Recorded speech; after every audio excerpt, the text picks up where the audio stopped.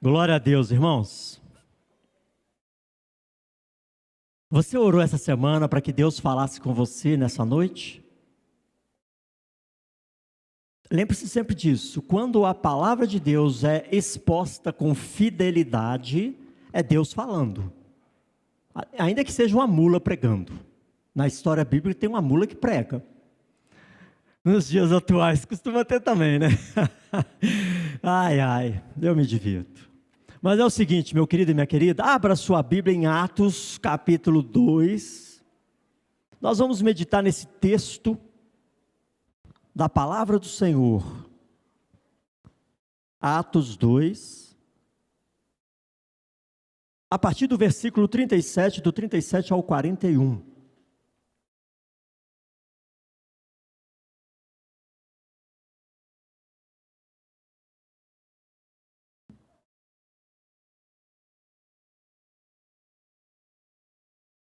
Vamos fazer uma leitura a uma só voz, são poucos versículos. Você vai com voz de trombeta, em alta voz, vai fazer essa leitura, uma leitura bem atenta, bem dedicada, porque nós vamos ler a palavra do Senhor. Todos juntos, Atos capítulo 2, versos 37 até o versículo 41. Vamos iniciar? Ouvindo eles estas coisas, compungiu-se-lhes o coração, e perguntaram: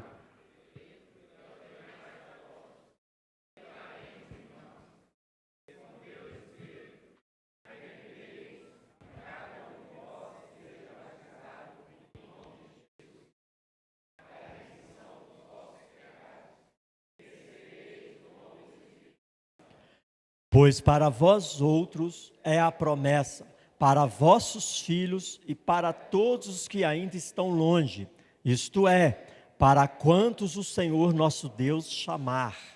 Com muitas outras palavras deu testemunho e exortava-os, dizendo: salvai-vos desta geração perversa. Então, os que lhe aceitaram a palavra foram batizados, havendo um acréscimo naquele dia de quase 3.000 pessoas. Amém, queridos? Glória a Deus. Feche os seus olhos, vamos orar.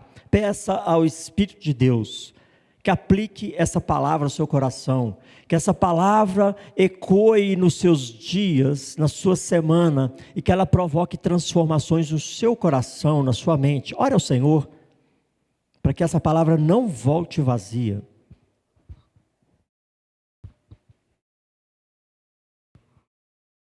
Pai, graças te damos pela tua palavra, que é lâmpada para os nossos pés, luz para os nossos caminhos. Te louvamos pela tua santa palavra e te pedimos nessa noite bendita, que seja o teu Espírito Santo guiando o nosso entendimento, levando cativo todo o pensamento em obediência à tua palavra, despertando-nos, ó Pai, a partir da tua palavra, nos convencendo da justiça, do juízo, do pecado, e que nenhum de nós saia daqui da mesma forma que entrou. Saiamos daqui tocados pela tua presença, convencidos pela tua graça e dispostos a obedecer ao Senhor como o único e suficiente Senhor em nossas vidas. Nós te louvamos pela tua palavra, te louvamos por cada vida que aqui se encontra nessa noite, cada lar aqui representado, e clamamos a tua bênção sobre cada vida, em nome de Jesus. Amém, queridos? Glória a Deus. Meus queridos, quero te fazer algumas perguntas. Você responde aí para a pessoa que está do seu lado, sim ou não? Você alguma vez já foi humilhado, já sofreu zombaria, ou já foi desconsiderado por ser crente? Você alguma vez já se sentiu excluído, deixado de lado e até marginalizado por ser crente? Como você reagiu diante disso? Qual foi a sua reação? Como nós temos reagido ante esse tipo de provocação, esse tipo de situação? Irmãos, preste atenção, essa porção da palavra de Deus que nós lemos aqui, que nós vamos meditar nessa noite, é um desdobramento de uma situação como essa, vivida pelos apóstolos e demais cristãos, lá em Jerusalém. Eles viveram um momento de provocação, de zombaria, de deboche. E daí Pedro faz o primeiro sermão da história da Igreja de Cristo. Atos 2,13 registra o seguinte: outros, porém, ou seja, os cidadãos, as pessoas que estavam ali em Jerusalém, zombando diziam: estão embriagados. O pessoal estava debochando do povo de Deus, naquele momento chamado de O Pentecostes, naquele momento em que se cumpre a profecia do profeta Joel, onde Deus derrama o seu Espírito sobre a igreja. E aí, as multidões, vendo aquelas manifestações maravilhosas do povo de Deus através do Espírito Santo, começam a debochar, especular, zombar e dizer: estão doidos, estão bêbados, estão embriagados, estão noiados. Se fosse no dia de hoje, a gente ia falar isso, né? Está tudo noiado. E aí, por causa disso, Pedro toma a palavra e faz o primeiro sermão da Igreja de Cristo. Dos versos 14 a 36 é Pedro pregando. E não é uma pregação de 30 minutos, 40 minutos, pregação de horas, para aquele povo que estava zombando. A reação de Pedro não foi ficar intimidado, envergonhado, triste, com raiva, ressentido, foi pregar o Evangelho, explicar à luz das Escrituras o que estava acontecendo. Essa foi a reação de Pedro, e nós precisamos desta coragem para anunciar a nossa fé em meio aos deboches, em meio às críticas, em meio às exclusões sociais, em meio a tudo isso que nós vivemos por amor a Cristo. Nós precisamos dessa mesma coragem, mas não segundo nossos raciocínios confusos, segundo as nossas experiências subjetivas ou os nossos achismos pessoais. Nós precisamos ter coragem para anunciar a nossa fé conforme a revelação das Escrituras, e é exatamente isso que o apóstolo Pedro fala. Ele não fala eu acho, eu penso, ele simplesmente expõe as Escrituras, prega as Escrituras, e à luz das Escrituras, Pedro explica o que está acontecendo. Olha, tudo isso que vocês estão vendo aqui é o que o profeta Joel profetizou há centenas de anos atrás, que Deus derramaria o seu Espírito em toda a carne. E ele está conectando essas promessas do Antigo Testamento com aqueles fatos históricos, o que nós chamamos de Pentecostes, relacionando o cumprimento profético dessas promessas com a pessoa de Jesus Cristo, que se tornou conhecido por todos aqueles que estavam ali em Jerusalém, em toda aquela região. Jesus Cristo já havia se tornado conhecido. Pedro cita as Escrituras para comprovar, para todos aqueles que o ouviam, que Jesus, aquele que foi morto na cruz, mas que ressuscitou ao terceiro dia, era o Messias prometido da parte de Deus. É isso que ele está explicando à luz do profeta Joel.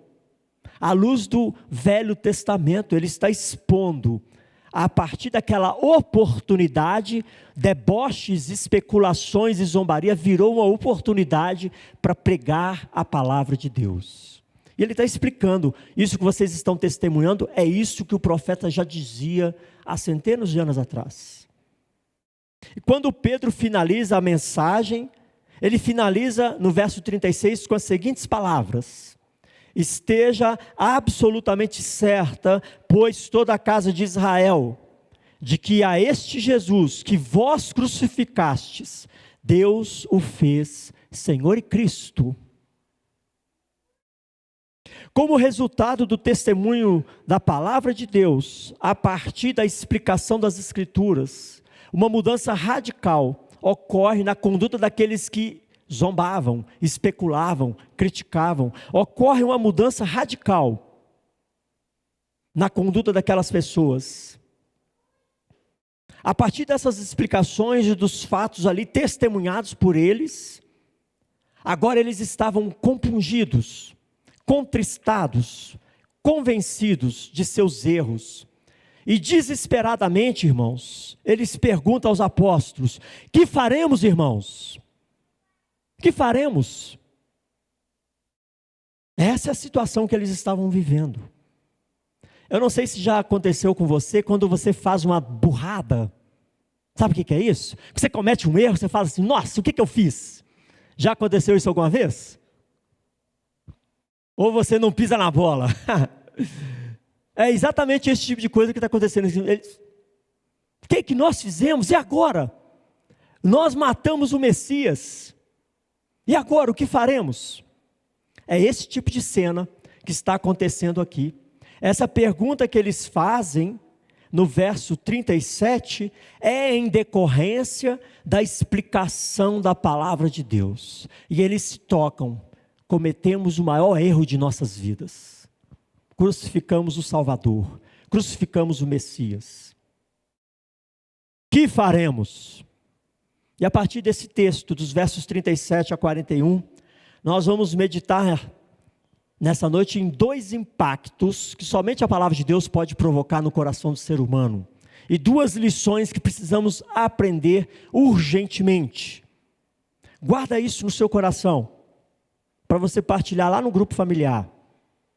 Primeiro impacto que a palavra de Deus causa, ela toca o ser humano profundamente. Segundo impacto, a palavra de Deus realça a nossa culpa diante de Deus. A palavra de Deus faz isso. Duas lições que nós precisamos aprender. Primeira lição, a palavra de Deus nos orienta o proceder correto diante de Deus. E segunda lição, a palavra de Deus precisa ser obedecida. Não é mesmo, pais? Quando nós orientamos os nossos filhos, o que nós esperamos? Obediência, não é assim?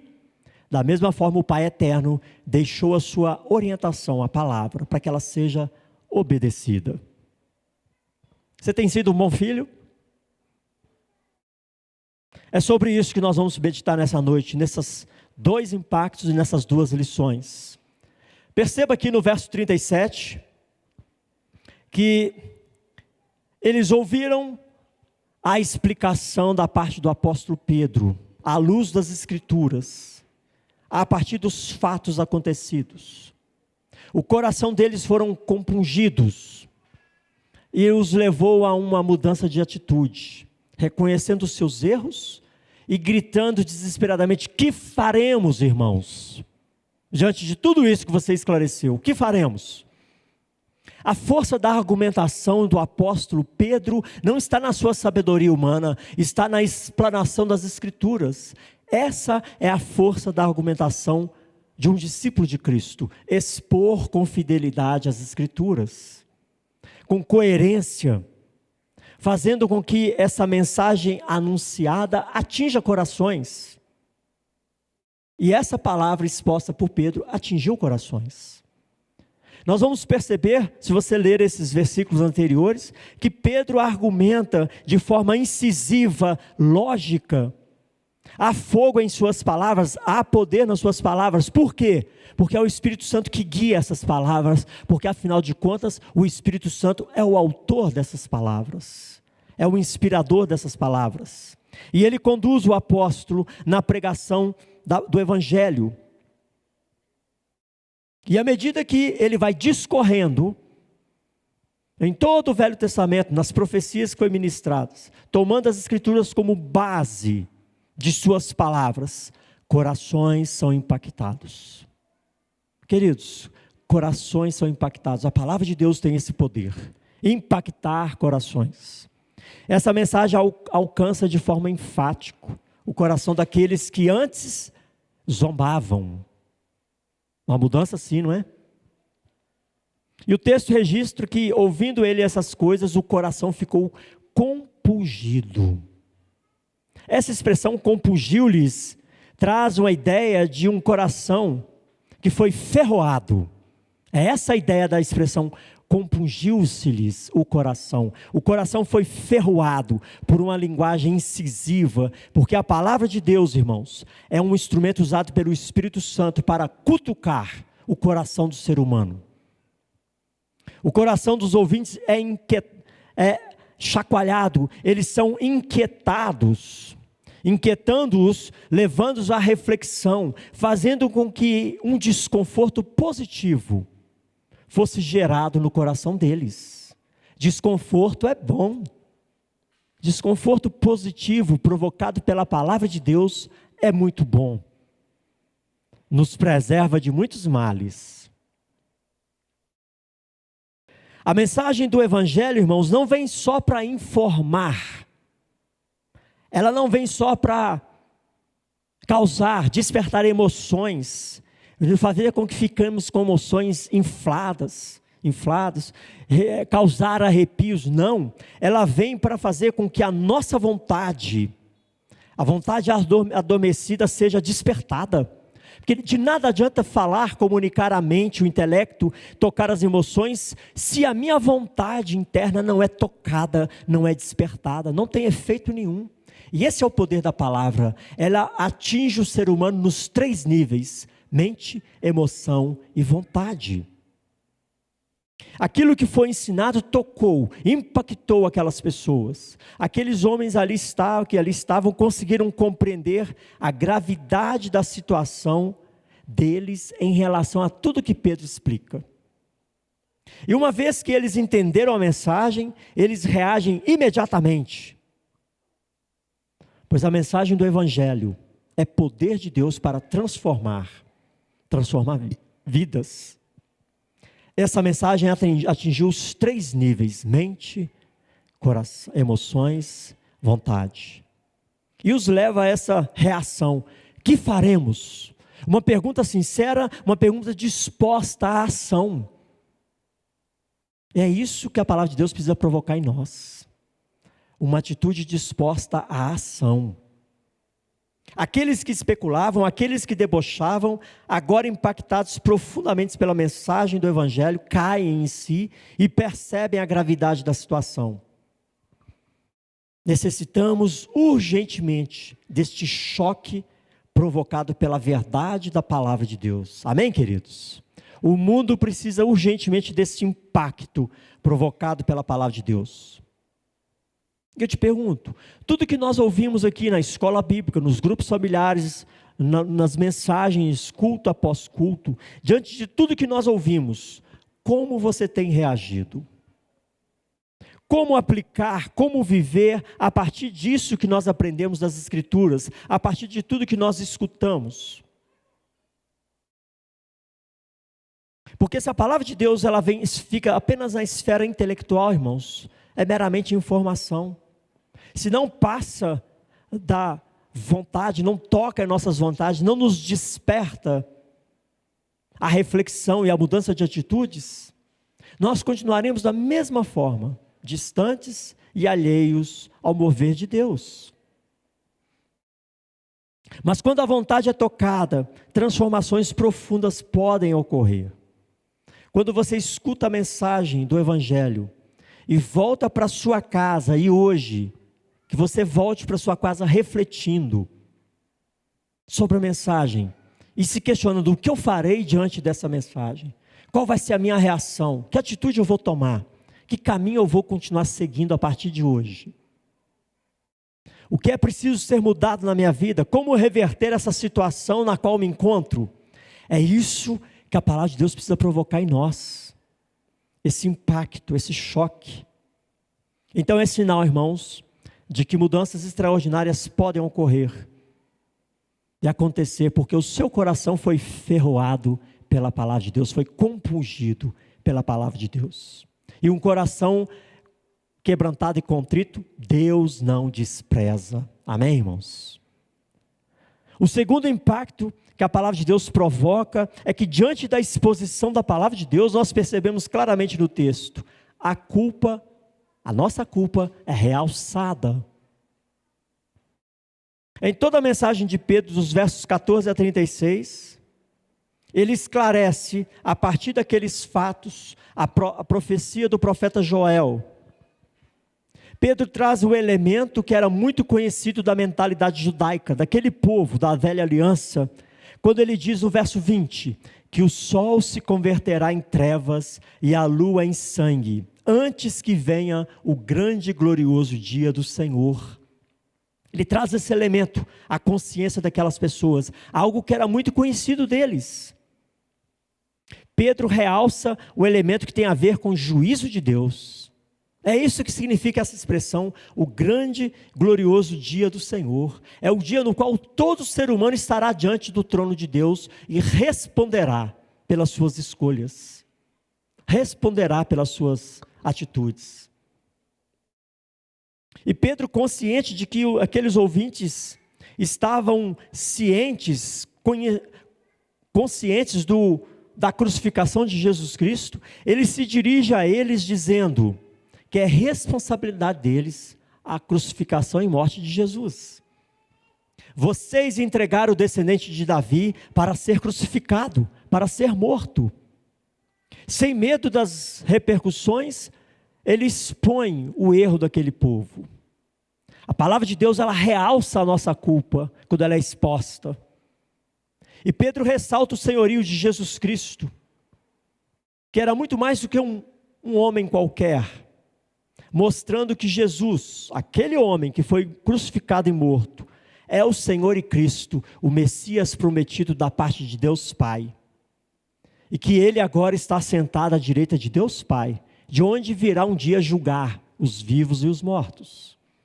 E ele finaliza apontando essa verdade, que Deus ressuscitou a Cristo e fez de Cristo o Senhor, aquele que vive e reina acima de tudo e acima de todos. Este era o Messias prometido. Foi este que vocês crucificaram. Foi este que vocês mataram. Essa verdade, meus queridos irmãos, fez com que a culpa destes homens ficasse em evidência, a ponto de os levarem a esse desespero. Porque eles sabiam que sabiam que o grande e glorioso dia do Senhor é inevitável. Irmãos, o dia no qual todos nós estaremos diante do Senhor, Deus, Criador dos céus e da terra, é inevitável, vai chegar para todos. É inevitável. E eles sabem disso, sabiam disso. E queridos, a mensagem do Evangelho abre os nossos olhos, traz luz às nossas mentes, fazendo com que percebamos o fardo pesado das nossas culpas, as consequências dos nossos atos. Falar de culpa nos dias de hoje é meio estranho, não é? O pessoal hoje em dia acha que é fora de contexto, fora de moda, falar de culpa, de arrependimento. Não estou nem aí no que vão pensar de mim. Não é assim que o pessoal fala? Eu sou dono do meu nariz, não me importo. Falar de culpa, de arrependimento hoje em dia é muito esquisito para muitos, não para um cristão. Porque as pessoas tendem, irmãos, a fugir de suas responsabilidades. Você conhece pessoas assim que fogem das responsabilidades? Nós naturalmente somos assim. Quando não tentamos transferir nossas culpas e responsabilidade para outras pessoas, simplesmente ignoramos isso dizendo, não tem nada a ver não, tem nada a ver não. Lamentavelmente, esse tipo de comportamento tem entrado na igreja de Cristo, tem tingido e manchado o corpo de Cristo. O homem culpado, ainda que não se sinta culpado, é culpado. Guarda essa frase no seu coração. Ainda que não nos sintamos culpados, diante de Deus nós somos culpados. Mesmo que as vozes da sociedade queiram dizer que você não precisa se sentir culpado por nada, que você merece ser feliz, a mensagem do Evangelho vem para realçar essa verdade, que nós, diante de Deus, somos responsáveis, somos culpados. O que dizer, irmãos, da sociedade contemporânea, dessa sociedade que nos cerca? Da culpa de cada um de nós. Nós, eu e você, nós não estávamos lá em Jerusalém gritando, crucifica-o, crucifica-o. Nós não estávamos, mas nós somos igualmente culpados por não amar a Deus como Ele deve ser amado, com o nosso entendimento, com todo o nosso entendimento, com todas as nossas forças, com toda a nossa alma.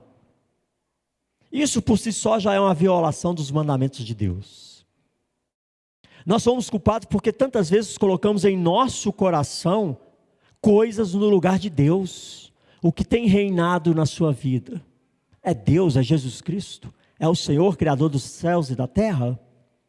Ou são ídolos, tantas outras divindades que ocupam o lugar central de Deus na sua vida? Deus tem um lugar central na vida de cada ser humano que foi feito à sua imagem e semelhança. Mas será que Ele tem reinado em nossas vidas? Isso por si só já é digno de culpa diante de Deus. Eles eram culpados. Os homens dos nossos dias são culpados. Nós também somos culpados. O que fazer então? A mensagem do Evangelho tanto pode trazer alento, consolo, quando ela vem para mostrar a condição do homem diante de Deus.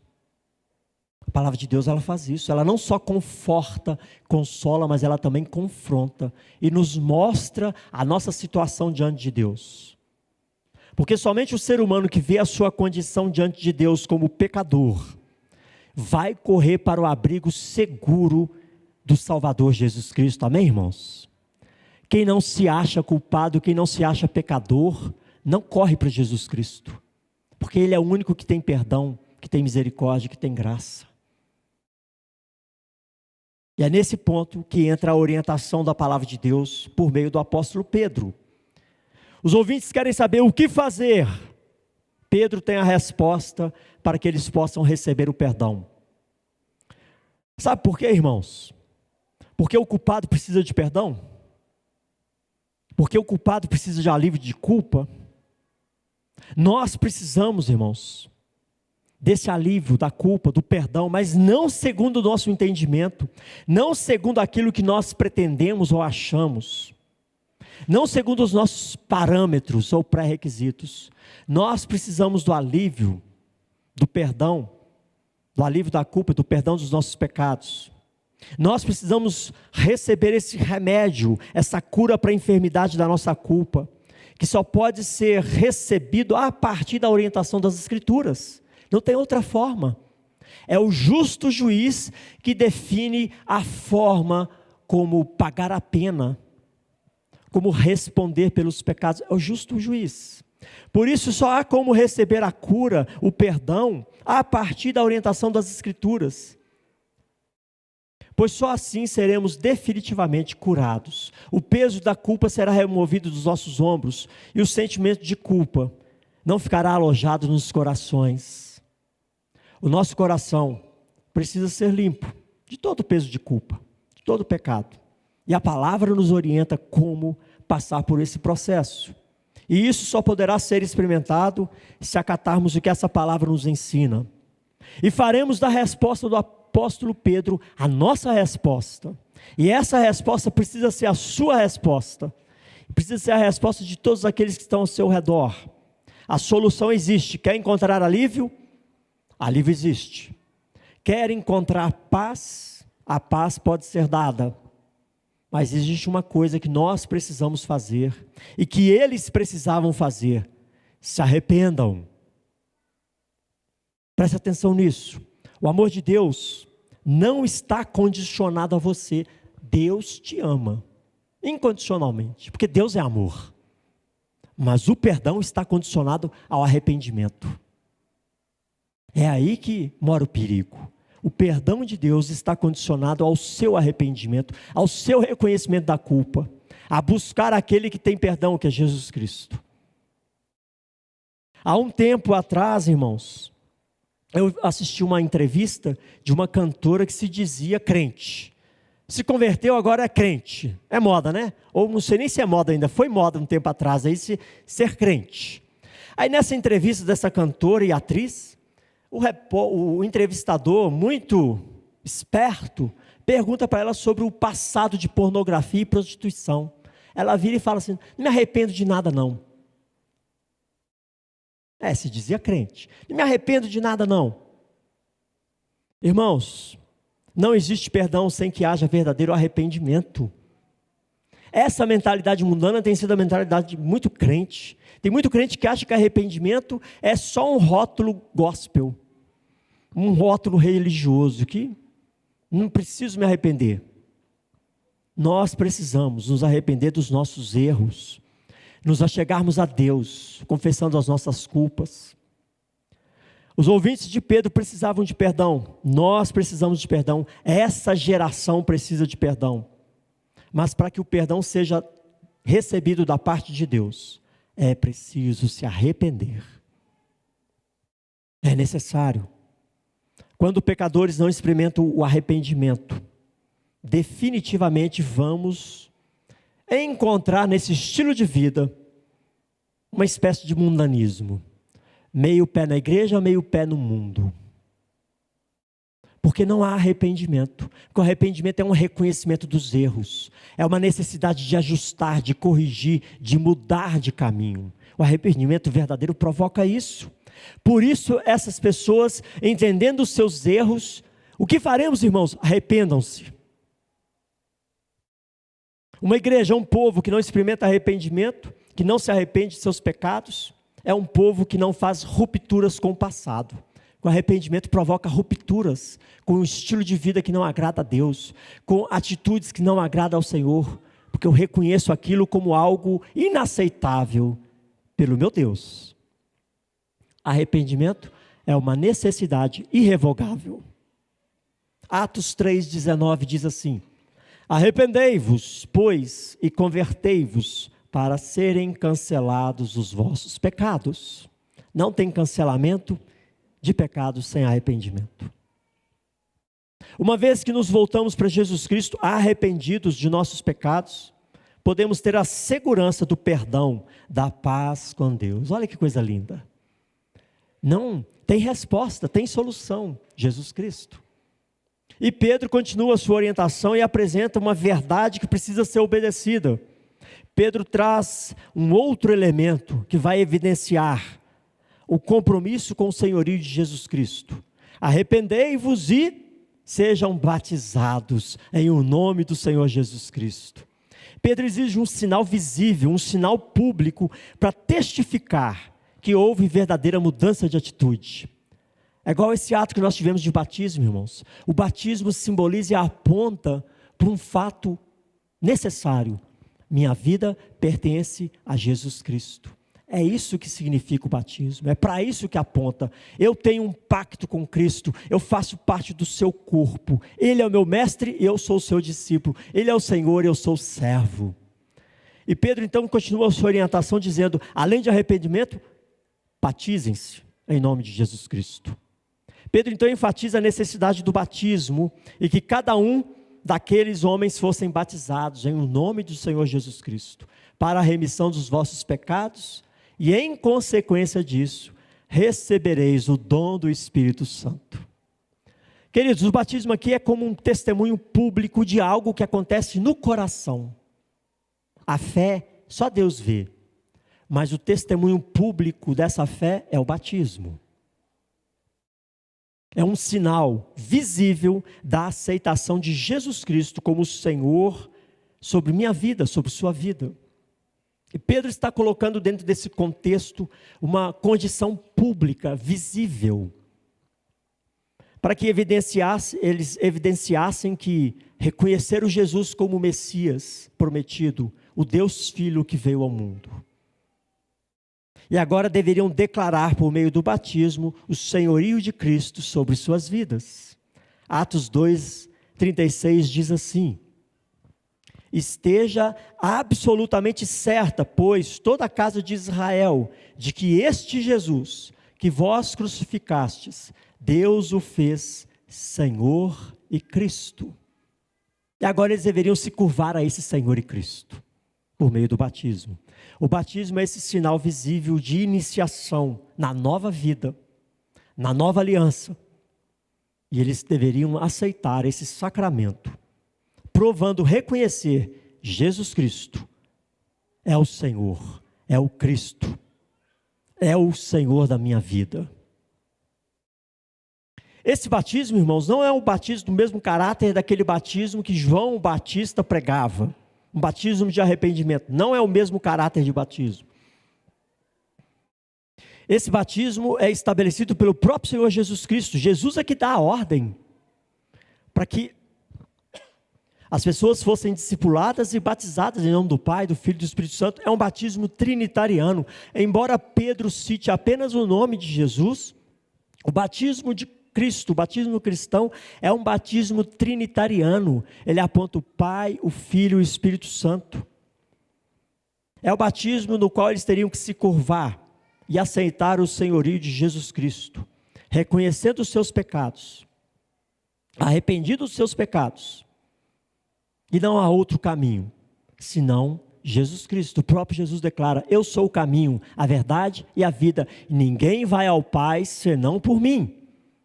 Não tem como ter comunhão com Deus fora de Jesus Cristo. É impossível. Não basta apenas dizer que crê em Deus, ou que crê em Jesus Cristo. O sinal do batismo é um rito de entrada, é uma necessidade imposta por Jesus Cristo. Se tornar parte do corpo de Cristo é a credencial daquele que crê. É o testemunho daquele que se diz discípulo de Cristo, cristão, servo de Deus. E Pedro está utilizando as cláusulas do pacto do Velho Testamento para reafirmar o seu discurso aqui no verso 39. É para vós, para vossos filhos, e para todos que estão longe, ou seja, os gentios que estão expressamente descritos lá em Isaías 57, a promessa é para vós e vossos filhos a promessa. Arrependei-vos, sejam batizados, porque a promessa é para vocês e para os seus filhos. Ele está trazendo a promessa lá do Velho Testamento.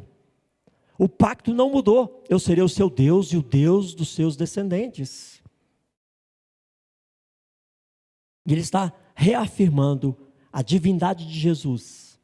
Aquele Deus que fez o pacto lá com Abraão, é esse Jesus, o Deus Filho, que você crucificou, agora se submeta a Ele. Quero abrir um parêntese aqui, irmãos. Muitas pessoas usam esse texto de Atos 2, versos 37 em diante, tentando argumentar contra o batismo infantil. Presta atenção nisso. Dizendo que é necessário arrependimento para o batismo. Não é isso que Pedro está ensinando. E por isso não se aplica a crianças, porque crianças não se arrependem, não tem como arrepender. Pedro está dizendo, e ele está trazendo à consciência daquele povo judeu a promessa de Deus do Velho Testamento, de que o pacto era para o povo e seus descendentes, Abraão e seus filhos. A promessa é para os homens e seus filhos, para que eles fizessem parte desse pacto. Eles deveriam ser circuncidados na antiga dispensação. No Novo Testamento é batismo. E Pedro está fazendo essa conexão do Velho Testamento com o Novo. E esse texto não desqualifica o batismo infantil, porque Pedro está se dirigindo a adultos, por isso ele exige arrependimento. Ele não está pregando para crianças, está pregando para homens, barbudos, marmanjos, arrependam-se. E ele está evocando cláusulas do Antigo Testamento que envolve crianças. Para vós é a promessa e para os seus filhos. No Antigo Testamento as crianças eram circuncidadas ao 8º dia, para se tornarem parte do povo de Deus. Quem não era circuncidado não era povo de Deus. Na Nova Aliança, quem não passa pelo sacramento do batismo não faz parte do corpo de Cristo. Simples assim. O mesmo pacto, uma cláusula diferente. Circuncisão, batismo. E Pedro está discursando para aquelas pessoas e exigindo: arrependam-se e sejam batizados em nome do Senhor Jesus Cristo. E aqui ele evoca essa promessa: pois para vós outros é a promessa e para os vossos filhos. E Pedro continua a sua orientação, não falando a respeito de uma pessoa qualquer. Presta atenção nisso. Pedro está conversando com um povo judeu, povo de Deus, povo que conhecia o Velho Testamento, os pactos estabelecidos por Deus, e ele está falando a respeito de uma pessoa. Essa pessoa não caiu de paraquedas. Jesus não caiu de paraquedas, não apareceu do nada e tomou para si o senhorio divino. Não. Ele está falando a respeito do Messias prometido, desde Gênesis ao povo de Deus. Para que o povo de Deus fizesse parte desse pacto, dessa aliança, todos deveriam ser circuncidados no Antigo Testamento. E agora todos devem se curvar a esse Messias prometido, Jesus Cristo. Pedro está discursando a esse respeito. O Messias prometido não é um ET, não é uma pessoa qualquer, é o Messias prometido, Jesus Cristo. aquele que foi prometido lá no Velho Testamento, estava se cumprindo aqui, no dia do Pentecostes, derramado do Espírito Santo. Estava se cumprindo aqui o nascimento, a crucificação, a morte, a ressurreição e a subida aos céus. Se cumpriu tudo isso. É disso que ele está falando. A promessa tanto é para nós como para os nossos filhos. A afirmação esta, que está em plena harmonia com todo o ensino da palavra de Deus. E mais, Pedro não defende a regeneração batismal. Batismo não regenera ninguém. Batismo não lava pecados. É um símbolo, é apenas um sinal. É um sacramento estabelecido por Jesus que deve ser obedecido, mas é um sinal visível. Ele não está defendendo que só há salvação pelo batismo. Não é isso. Não é a regeneração batismal que ele está ensinando. Mas Pedro está mostrando a exigência do batismo como esse sinal externo de algo que aconteceu dentro do meu coração, da minha entrada num pacto estabelecido por Deus, do meu pertencimento ao povo de Deus. É isso que ele está exigindo e é isso que a Bíblia ensina. Mateus 28, 18, Jesus dá ordem: ide por todo mundo, prega o evangelho, faça discípulos, batizando em nome do Pai, do Filho e do Espírito Santo. E esses discípulos precisam continuar caminhando, crescendo no conhecimento, no serviço mútuo e pregando o evangelho. O batismo é a porta de entrada para tudo isso. E Pedro vai destacar aqui, irmãos, duas coisas importantes a partir dessas orientações. Primeiro, a bênção do perdão e a remissão dos pecados. Façam isso para serem perdoados. Segundo, ele está dizendo àquele grupo de pessoas: assim como essas pessoas receberam a ação do Espírito Santo, vocês também receberão o mesmo Espírito Santo como doação de Deus. Assim como Jesus batizou a estes no dia do Pentecostes com o Espírito Santo, vocês também receberão o Espírito Santo. Não com as mesmas evidências que vocês estão percebendo aqui, mas o Espírito Santo de Deus será doado a todo aquele que crê, a todo aquele que confessar Jesus Cristo como o único e suficiente Salvador de sua vida. Lindo isso, não é mesmo, irmãos? E nós precisamos refletir sobre isso. Qual tem sido a minha relação com Jesus Cristo? De que forma essa mensagem está cutucando o meu coração? Para concluir, quero fazer duas perguntas, como aplicação para você, para todos nós. Você se considera um cristão? Você se considera um cristão?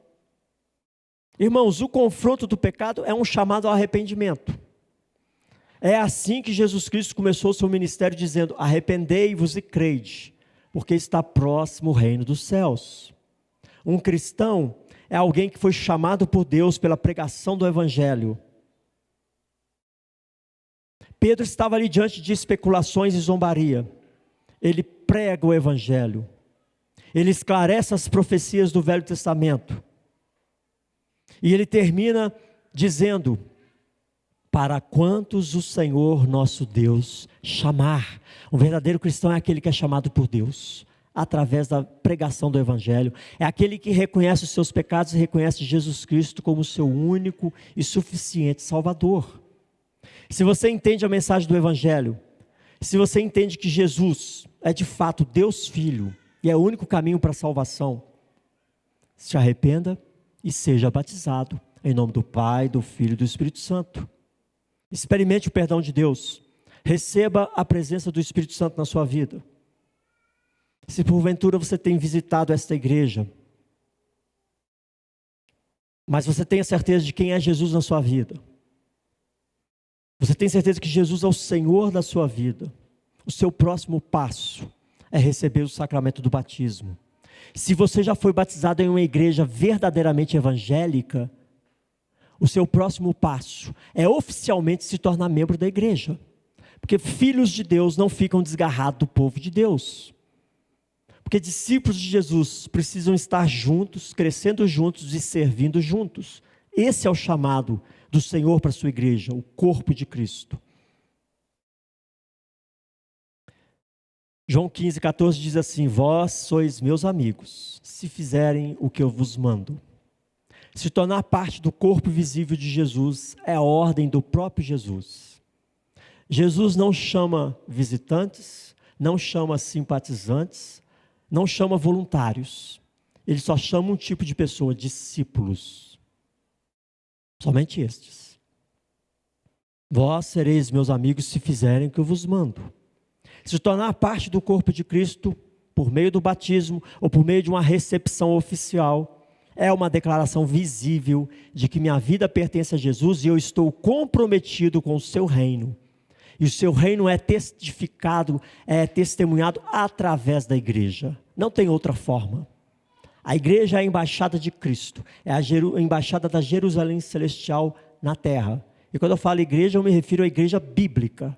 Não são as empresas e nem as seitas. Igreja bíblica, que prega e ensina somente as Escrituras. Segunda aplicação. Antes de passar para a segunda aplicação, lembra aos queridos, nossa classe, Discipulado 1. É uma porta de entrada. Segunda aplicação agora para os membros da IPE, Igreja Presbiteriana do Eldorado, essa igreja. Você que é membro dessa igreja, querido, irmão, irmãzinha, o que faremos? Você precisa continuar se fazendo essa pergunta, mas com outra conotação. Há muito a se fazer. Nós, enquanto discípulos de Jesus, precisamos nos envolver na obra de Cristo. Qual tem sido a sua contribuição, o seu envolvimento no reino de Cristo? O reino de Cristo é a igreja, tá, irmãos? A igreja é a representação desse reino. Qual tem sido a sua contribuição na evangelização, na expansão do reino de Cristo? Qual tem sido o seu envolvimento nos grupos familiares? Você tem sido um instrumento de Deus para salvar vidas? Para levar o evangelho que transforma? Colegas, vizinhos, familiares? Irmãos, nós precisamos nos arrepender da omissão e da negligência. Essa palavra é para IPE. Segunda aplicação, arrependa-se da omissão e da negligência. E assim como Pedro, corajosamente, independente das dificuldades, anuncie o evangelho, que é poder de Deus, para salvar a todos aqueles que Ele chamar, por meio da pregação. Lembremos, irmãos, o grande e glorioso dia do Senhor se aproxima e todos nós, um dia, prestaremos contas de nossas responsabilidades diante de Deus. Amém, queridos? Feche seus olhos. Ore ao Senhor. Peça ao Espírito Santo que cutuque seu coração profundamente. Que você saia daqui pensando, refletindo em suas escolhas, em seu estilo de vida. Se eu estou na presença do Senhor ou se eu estou distante do Senhor. Tome uma atitude diante do Senhor. Busque ao Senhor enquanto se pode achar. Ore ao Senhor. Peça ao Espírito Santo que quebrante seu coração, que amadureça essa ideia no seu coração e que mude as nossas atitudes para louvor e glória do Senhor. Em nome de Jesus, ore.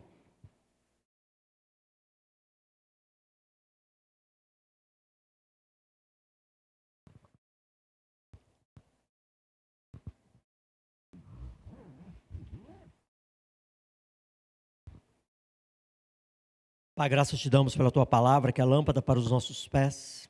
Ela traz conforto, consolo, mas ela também nos confronta, ela também nos alerta, ela nos mostra o que está por vir. Tantas promessas já foram cumpridas e muitas outras ainda serão cumpridas. E nós aguardamos, ó Pai, a volta do nosso Senhor e Salvador Jesus Cristo. Que neste dia glorioso sejamos achados fiéis ao Senhor. Que o Senhor esteja visitando cada mente, cada coração nessa noite. Ó Pai, que essa palavra que foi semeada, ela possa germinar, ela possa produzir frutos dignos de arrependimento. Que vidas sejam tocadas, alcançadas e salvas a partir desta mensagem ministrada, e que nós, Igreja Presbiteriana do Eldorado, possamos nos empenhar cada vez mais com ânimo, disposição e alegria no servir ao Senhor, na expansão do Teu reino, em acolher aqueles que se aproximam a nós, em levar a Tua palavra que é poder do Senhor para transformar. Te louvamos por essa noite bendita, te louvamos pelos queridos que foram recebidos nessa noite, te louvamos por cada pessoa que nos visita aqui nesta noite, te louvamos por cada lar aqui representado e te pedimos, derrama a Tua graça, derrama o Teu poder sobre nós e desperta o Teu povo, aviva a Tua obra, vivifica-nos, ó Pai, para que possamos levar a palavra do Senhor, para que possamos despertar e tocar corações com a palavra do Senhor, e que essa palavra venha alcançar vidas e corações, e que sejamos, ó Pai, privilegiados em servir como instrumentos do Senhor nesta obra, para louvor e glória do Senhor, em nome de Jesus. Amém, queridos? Quero convidar aqui à frente a equipe do Ministério de Louvor.